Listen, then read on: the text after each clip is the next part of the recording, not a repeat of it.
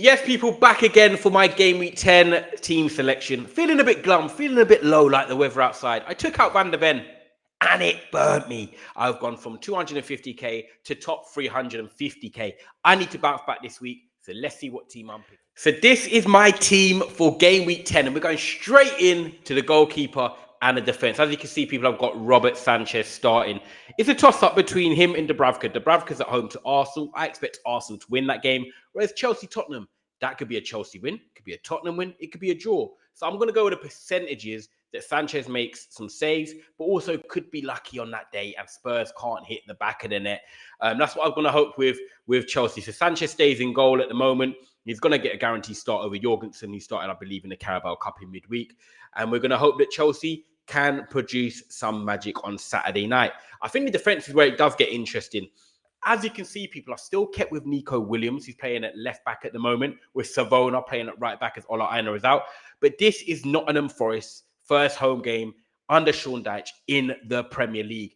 And we all know last week they lost to Bournemouth, but if you look at it, the chances they conceded were not clear chances. They conceded from a corner and a great strike from Creepy Jr. So we know that Nottingham Forest could be tight defensively. Sean Dyche's team has done it at Everton, they've done it at Burnley, and Nuno was key to their success last year. Pragmatic, sit deep, and hit teams in the break. And I expect Nottingham Forest to sit up deep and try and do the same thing. And this could really favour Nico Williams, Murillo, Milenkovic, having Sean Dyche as their manager. So I'm going to keep him in the team for this week. And then we've got Gabriel and Timber. Well, of course, it's a no-brainer. Whoever they play, they start because they're just too good defensively. You see Arsenal again keep a clean sheet last night. They just keep the ball rolling. The squad depth is unreal. But one thing about the squad depth is that they have guaranteed starters. Gabriel, Saliba, and Timber are three of those starters. And I expect them to keep another clean sheet on the weekend. And I'm hoping again that Gabriel can help from a set piece because I think we were mugged off on the weekend last week, guys. I think it was an assist for Gabriel, but they gave it to Declan Rice. The game is the game. But Arsenal, solid at the back, trying to get, Chelsea's Premier League record in terms of defensive goal contributions conceded. And we go from there. But that is my defense and goalkeeper for game week 10. Now on to the midfield, where I always say every week, the midfield and the attack's the exciting part. That's where you feel like the points are going to come from. But even though the defenders can get DEFCON and clean sheets, nothing hits better than your goal scorers and your midfielders getting points. So I've got Gakpo coming back in on the left-hand side. When you look at Gakpo, didn't start in the Carabao Cup where they were defeated by Crystal Palace. I feel like at the moment, he's a lock in on that left-hand side. Despite Liverpool not being great in the final third, I feel like if you looked at the last 4 or 5 games, Gakpo's actually been one of their best attackers, hitting the post, getting in the more dangerous areas. And I feel like him and Matty Cash is going to be an interesting battle.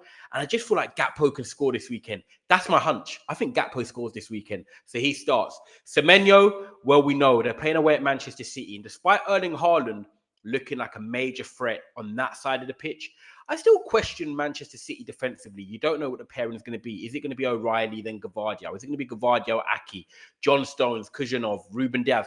They seem to be mishmashing it at the moment. And I just feel like when you play Manchester City, the Etihad, it's about containing them, defending, sitting deep, and hitting them in transition. And when you look at Bournemouth in terms of the league style they play in their football, Tavernier, Clivert, Krupi Jr., Evan Nilsson, Semenyo, they have got the team to hurt Manchester City in transition on the counter. And I think this game could play into Semenyo's hands. Yes, Bournemouth might not win the game, but in terms of when they attack and try and be dangerous, I think Semenyo is going to be a key part of that. And we always know that City are susceptible to the counter-attack with pace. And Semenyo will try and expose that. So he starts for me. Saka is coming straight into that team, of course. He's been in my team for the last few weeks now. Come off the bench to get a goal against Brighton in the Carabao Cup. And I hope that he can follow that up now. One thing I did find interesting, and not a concern, but something I was disappointed in, is that against Crystal Palace on the weekend, he did come off before about the 70th minute. And I kind of was like, because I always look at Saka and think he's someone that's going to get 90 minutes. He's basically the captain at the moment, plays all the time when Odegaard's not there.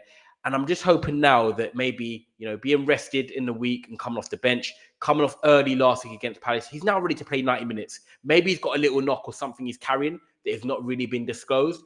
But hopefully, if he gets 70 or 90 minutes, he's got enough opportunities to get points in the game. And then I've got Josh King. Now, this is my dilemma. This is where I scratch my head, guys. Josh King starting, Kudus on my bench. And it's all links. I've got all three here. So I've got Josh King starting at the moment. Fulham are needing a win, lost their last four. Wolves desperate for points. Josh King didn't Start last week, but Smith Rowe's a doubt. So there's room to say, right, Josh King starts against a team like Wolves needing a win, low on confidence. Can he get returns? Yes. Then I've got Kudus. Not really getting involved in the final third, but he does score and contribute in one game, then blank for a bit. But Chelsea is still a bit open defensively. Big game, Spurs, Chelsea, 5:30 kickoff. Do I go with Kudus? Or do I take King or Kudus out and put Ismail Assar in, who is my potential transfer target for this week? So this position in my team right now is giving me the biggest headache of the season so far. Let me know in the comments what you guys would do. But at the moment, I've got King starting, and that is not confirmed. So that is my midfield for game week 10. And now we look at my strikers. Well, I've got Jared Bowen still in my team at the moment. Jared Bowen is a bit of a concern. I don't think West Ham have been great. Nuno's not really had the impact that maybe the owners and the fans would want. And I just think they're poor. I think they're really in trouble of going down. And I think the lack of striker resources is really hurting them. Callum Wilson's not the same. They've got a young striker who's 18-year-old who's not ready for the Premier League. They're just really limited, which means, you're playing Bowen up front at times, or you're just trying to get them in forward areas. They really need to get someone in January. But right now, I'm going to go for Bowen and keep him in as the talisman. And he is the guy that if anyone's going to get them out of jail, it would be him. He got an assist against Leeds last week, which really helped, especially in the last few minutes of the game. But I'm not really confident on the pick. However, I haven't really got enough transfers to make a solution right now. So Bowen stays in my team against a Newcastle side that is very strong defensively. As you can see, people, Erling Haaland keeping the captaincy, even though he blanked against Villa last week. Erling Haaland at home. City need to bounce back from the defeat against Aston Villa. And Erling Haaland, I think, will score. Bournemouth are a very good team. We know about Bournemouth both defensively and attackingly at the moment. But I think that Haaland will get at least 2 clear-cut chances. Bournemouth are not going to come there and sit back. I've watched Bournemouth away at Spurs earlier on in the season. They came there, played their football, dominated the game and deserved a win.